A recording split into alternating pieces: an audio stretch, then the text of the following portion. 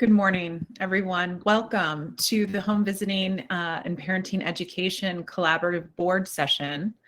My name is Muffy Grant. I'm the Executive Director of the North Carolina Early Childhood Foundation, and I'm very privileged and honored to be part of the Collaborative Board as one of the tri-chairs.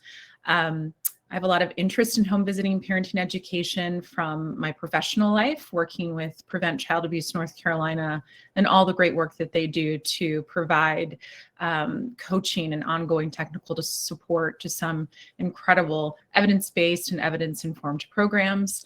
And I also, as a mother, have utilized parenting education classes as well, in particular for a child with some sensory issues and also just a fire sign. I'm sure some of you can relate. Just wanted to give you a little bit of a heads up that we will not be doing Q&A during the session, but we will have the opportunities to discuss and open the chat function in the committee sessions. Just to give you a little bit of a background, the Collaborative Board came together for the shared goal of a comprehensive home visiting and parenting education system in North Carolina. The Collaborative Board gives strategic advice for systems enhancements and efficiencies. And North Carolina Partnership for Children is hosting this effort and joined by many other stakeholders in advocacy and philanthropy, implementation, policy, and most importantly, parents and caregivers.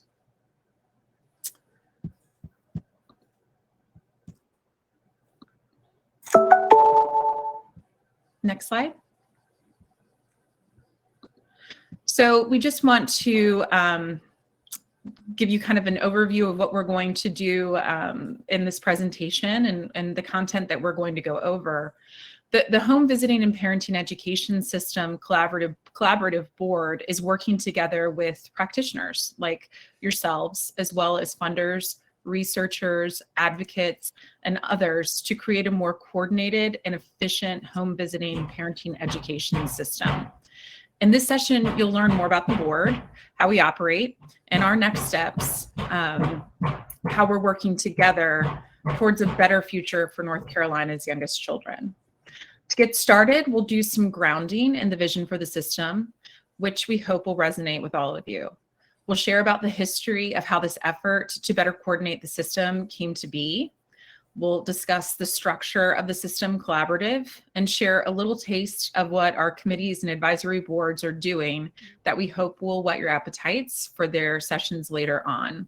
And we'll touch on some of our plans for the future.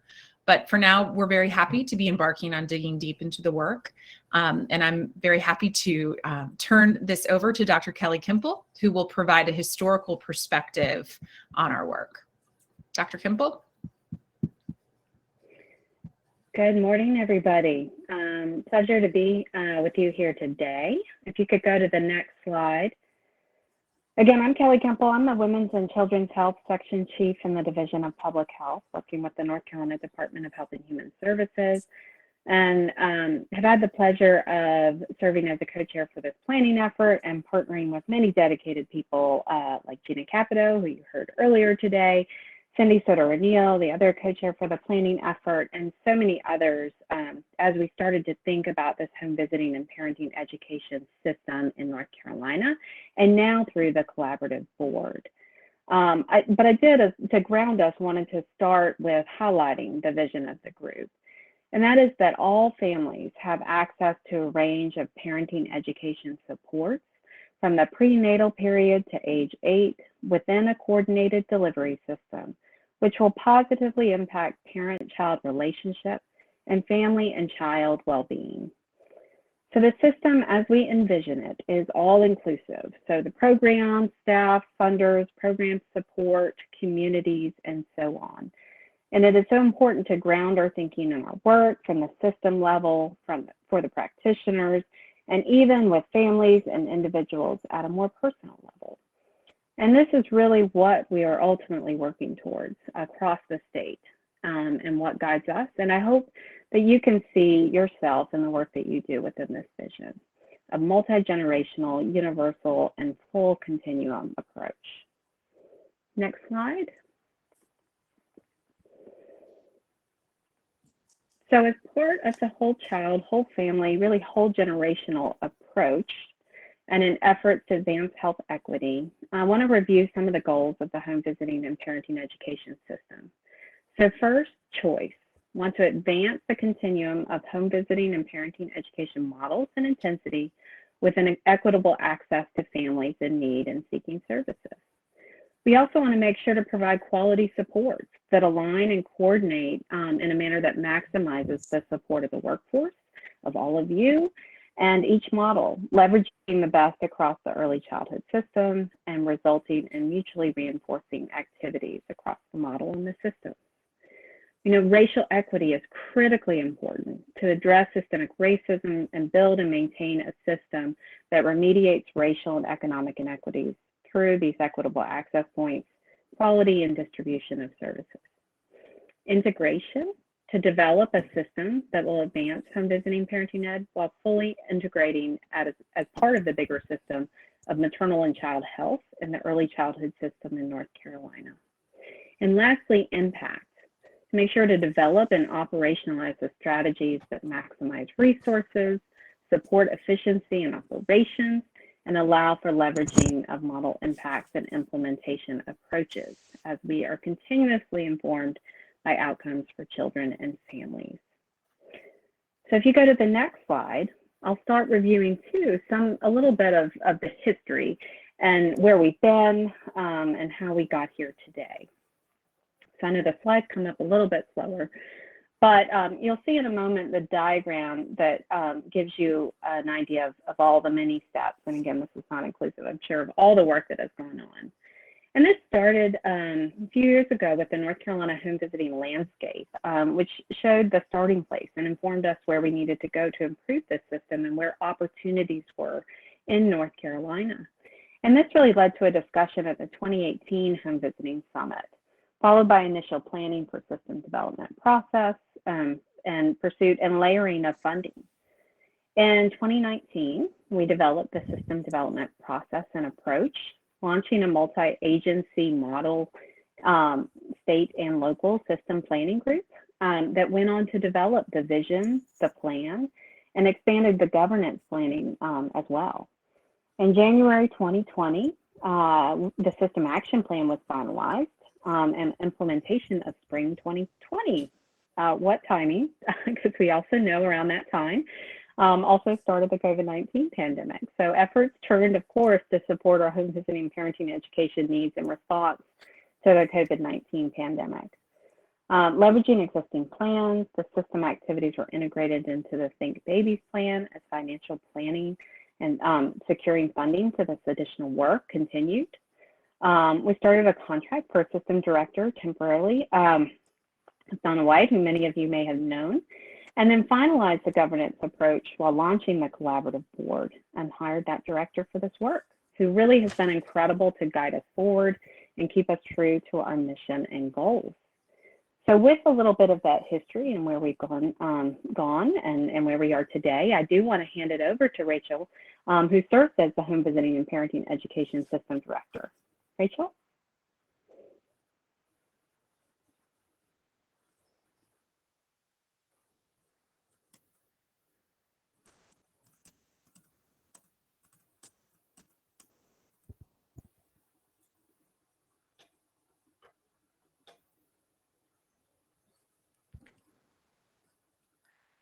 Hi, everyone. How are you doing this morning?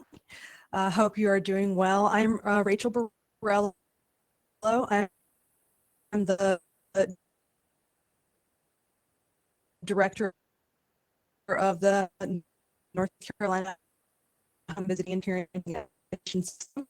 I'm also the proud mom of an energetic 3-year-old and the recipient of home visiting and parenting education services myself. So I am very excited and proud to be a part of this work that you all do. And here is a visual representation of that statewide plan that Kelly referenced. And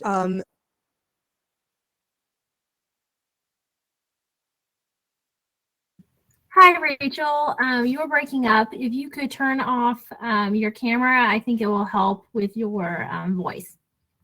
Up a little bit, so I am going to turn off my camera to try and save a little bandwidth. Please bear with me. And hopefully that improves the sound a little bit. But back to the diagram, this shows the vision that was referenced earlier as the top of the diagram and the kind of what we're leading up to. And then the 6 system components come in the columns below.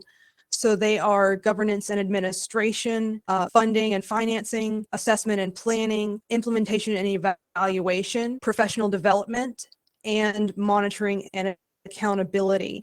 And we have a whole host of strategies for each one of those within the plan. And they're segmented that way for the purpose of organization. But in reality, the strategies cut across those columns as we implement them. And the 5 cross-cutting goals are the foundation, and the strategies are further subdivided by goal area within the plan.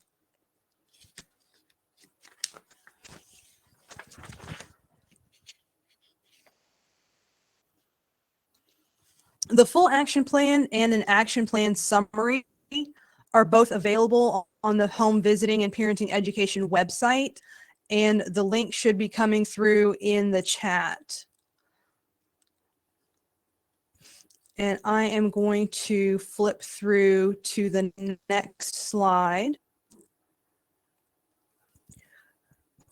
to show you more about the system collaborative. So as you've heard, a lot of great work has gone into the planning phase for this effort.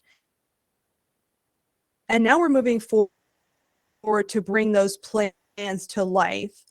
And part of the process was putting a structure in place to help us stay organized and make decisions and keep focused on that vision. So a collection of groups that we call the System Collaborative was formed, and it's made up of the collaborative board, which you can see at the top of this diagram, 4 committees, each with a special subject area they focus on, which you can see in these columns, and then 2 advisory groups with specific perspectives that we need to bring to the work to make it successful. The 4 committees are finance, communications, assessment and planning, and programs, and the advisory bodies focus on community leaders and on families. So each committee has a charge that basically gives the instructions or purpose for what they're working towards, and those are written out here. But I'm not going to make you read all of these now because these materials are going to be available after the event for you if you want to dig a little deeper into what they describe as the work of these committees. Committee membership is open. So if you see something that interests you during these sessions and want to get involved, keep an eye out for contact information and get in touch with us, and we'll be glad to find ways with you that you can get involved in the work. Each one of these committees has a collaborative board member assigned as a liaison who works closely with them to make sure they are fully supported. And these board liaisons are going to tell you a little bit more about these committees and what they do. So here I'll turn to Rob Thompson to share a little bit about the Finance Committee. Rob?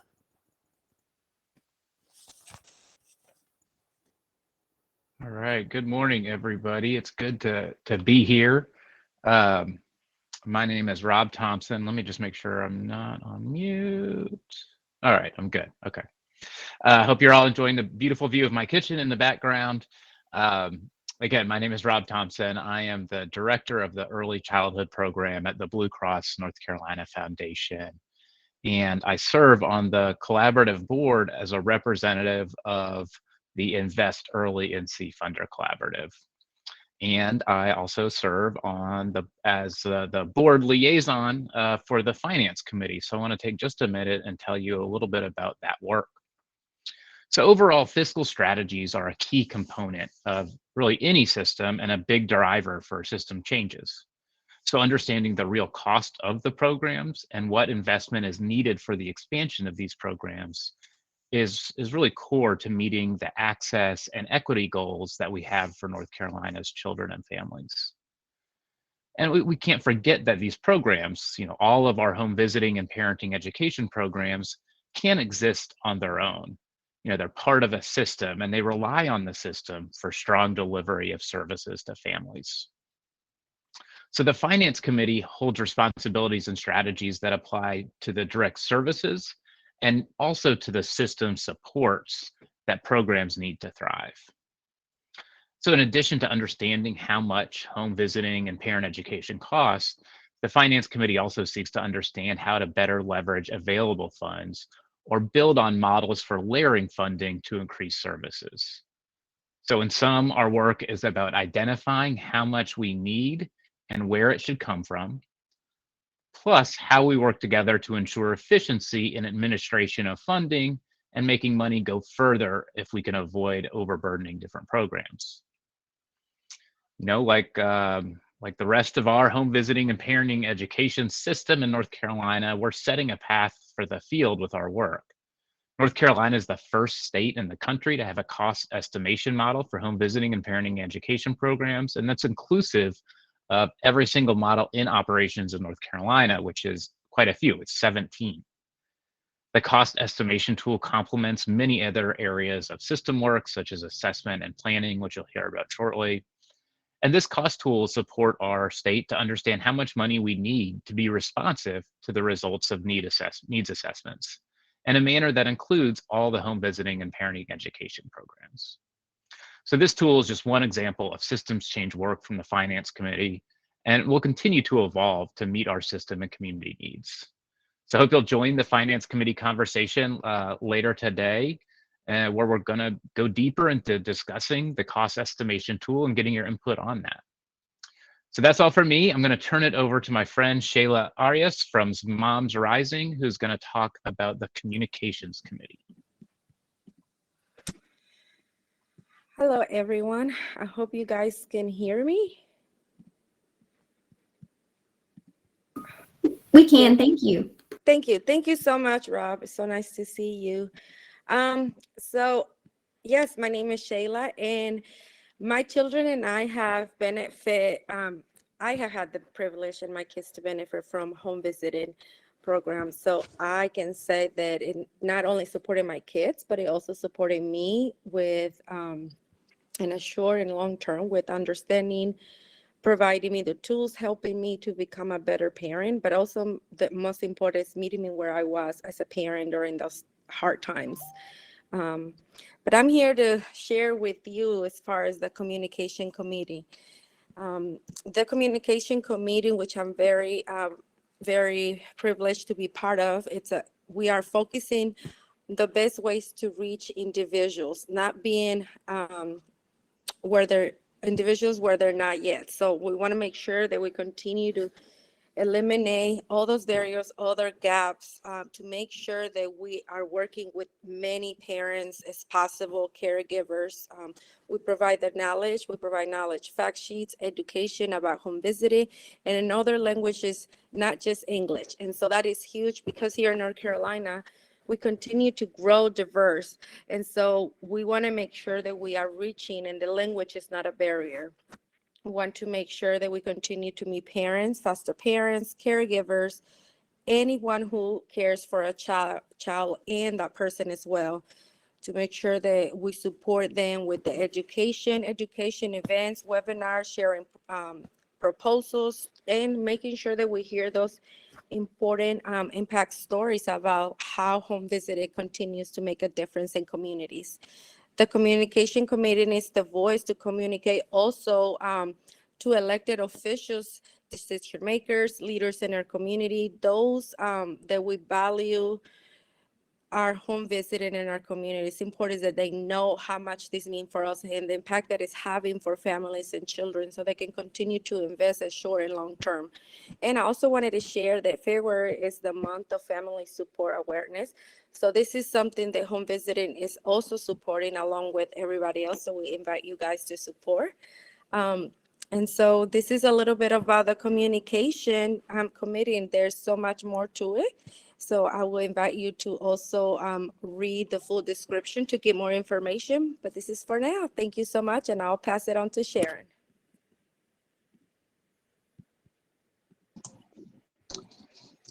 Good morning. I'm Sharon Hirsch, and I serve as the CEO at Prevent Child Abuse North Carolina. We very much are very supportive of all of this work and are excited to see the system begin to start the implementation process. We know that parenting education and home visiting programs have really strong evidence that indicate that they help us to prevent abuse and neglect from ever happening in the first place. So that's a huge part of the reason why we're part of the system planning work. I'm going to talk next about the Assessment and Planning Committee. This is a committee that is designed to work in service of the entire system at both the state level and the local level to make it easier to make good decisions and to build a strong system to serve children and families. The work is intended to support you as home visitors and parent educators by building data systems to drive decision-making and to assemble the evidence to support investments in program scaling, both at the local and the state levels. The committee will function in support of other committees to ensure the system is thoughtful, planful, and effective by assessing needs both statewide and locally, and then driving planning processes based on needs, assets, strengths, and resources available both at the state and local levels. As we work to use data to drive this work, we want to be sure that we are using both qualitative and quantitative data. So we'll be soliciting stories and experiences as much as we'll be looking at the numbers.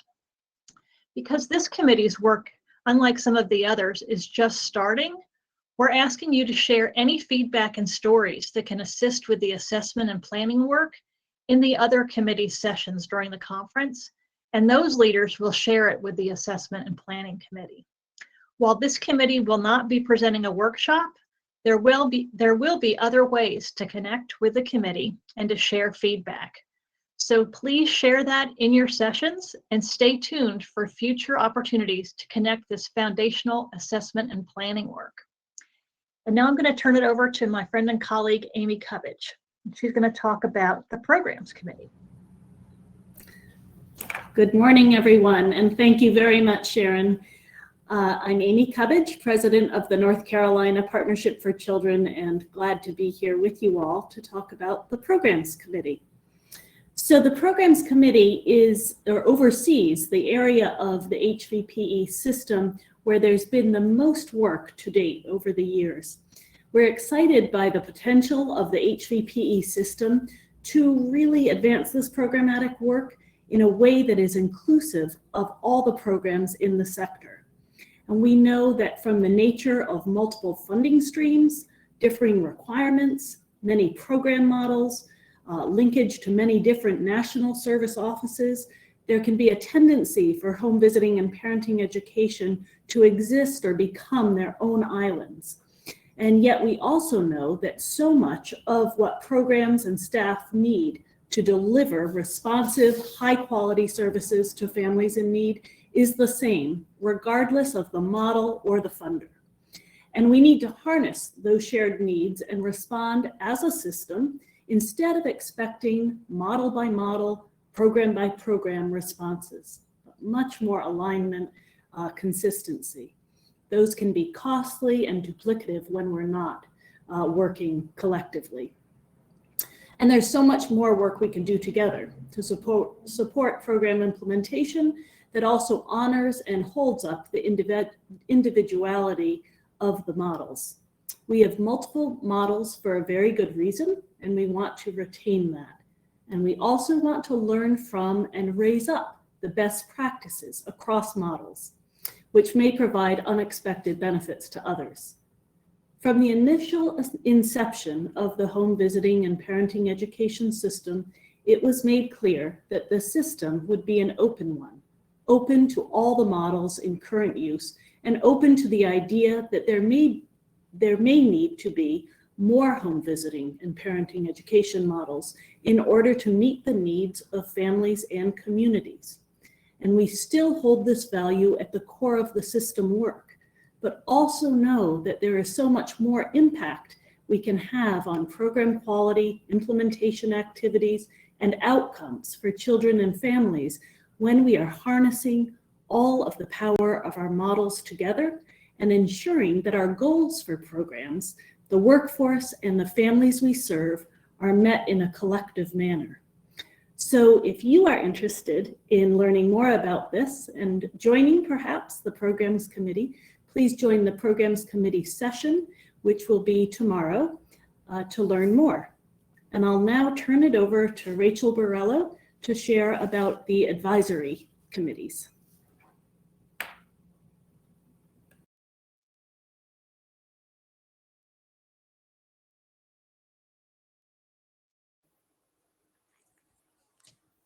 Hi, are you all able to hear me? Yes, we hear you. Okay, all right. I apologize. I've been having some technology issues this morning, but I will soldier on and attempt to make it through here. So the leadership structure also includes two advisory bodies, the Community Advisory Body and the Family Advisory Body. The Community Advisory Body is made up of community leaders and support system members who may be a direct part of the home visiting and parenting education system, or who may support children and families in other important ways that may intersect. They'll have a session after this one, so be sure to join if you'd like to learn more about them. And Family Advisory Body is currently made up of 8 amazing parents who have received or are receiving home visiting or parenting education services, and you'll hear directly from some of them during the parent panel later in the summit. The whole idea behind these groups is pretty simple. If we're going to design solutions and refine strategies and build a better system that works for children and families, we have to design and build with and not for. And we have to do the same with the communities where this work is going to happen on the ground. So these groups essentially serve in 3 key roles: as consultants, partners, and change agents in the system. As consultants, they give input and feedback on the plans and projects the rest of the system collaborative is undertaking. So when the collaborative board or committees have an idea, they can run it by these groups to get those important perspectives that will improve it in on the design and implementation processes. And as change agents, they generate their own plans and projects to do the things that matter to the other families and communities across the state. So each of these groups gets 3 seats on the collaborative board, and together they make up about 25% of that board, ensuring that the voices of families and local communities are part of decision making at every level. And I'm going to go to the next slide here. So now that we've talked a little bit about the past and the present, I'd like to talk a little bit more about our future. So as we look forward and set goals and strength action plan, we are of course going to continue to work on the projects that are listed on the previous slides for the committees and the advisory boards, and develop more as we put those strategies into implementation.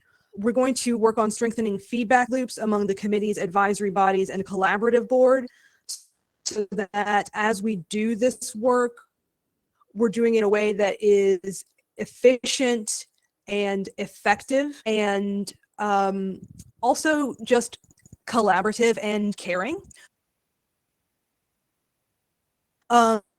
We're going to work on expanding membership with a special focus on racial equity to ensure that we're not perpetuating or making worse inequities within our systems, but are instead improving, are inviting to the table, are empowering, are remediating the harms that have been done, are engaging in work that heals, that lifts up, that rebalances, that makes whole. We're going to gather additional input and data, including stories, and you'll actually hear some great steps you can take to further that goal from the Communications Committee session. And we're going to seek more opportunities to just partner, coordinate, collaborate, and support you, to support each other, to support the system as a whole. And throughout it all, we are going to keep families at the center of what we're doing. That's the whole reason we're doing this, is, you know, for the families, for the children. That's our future. And we are going to do everything we absolutely can to ensure that these children grow up with every. And I'll turn it back over to Muffy to close us out. And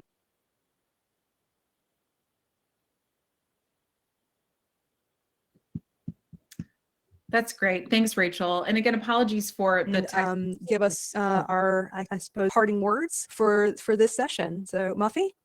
Yeah, thank you so much, Rachel. And I know that you've been soldiering through with tech difficulties, and appreciate everyone's patience who is in the session as we were trying to navigate that. But now that you've been introduced to the Systems Collaborative, we want to invite you to dive deep with us in the individual sessions later throughout the summit. The next summit session is Community Voices, Community Strength. And that's at 11:30 and is hosted by the Community Advisory Board. You can access it through the agenda page, just as you did with this session. If you have any trouble finding a session or getting connected, or have any logistical questions at all, please email specialevents@smartstart.org, or alternatively, you can message a summit host. Your feedback is really, really important to us. So please let us know your thoughts on the session and the full summit by using the link that's going to be posted in the chat. It's a survey link. Again, I just want to thank you on behalf of the Collaborative Board for spending this time with us this morning. There's so many great things to come, both at the summit and after, as we continue to work together to build a more coordinated system for our young kids and families in the state. Again, please remember to fill out the surveys for all of the individual sessions in the summit as a whole. And you can always get in touch using the contact information you see here in the chat. We hope you enjoy the rest of your day, and have a great 2022 Home Visiting and Parenting Education Summit. Thank you so much.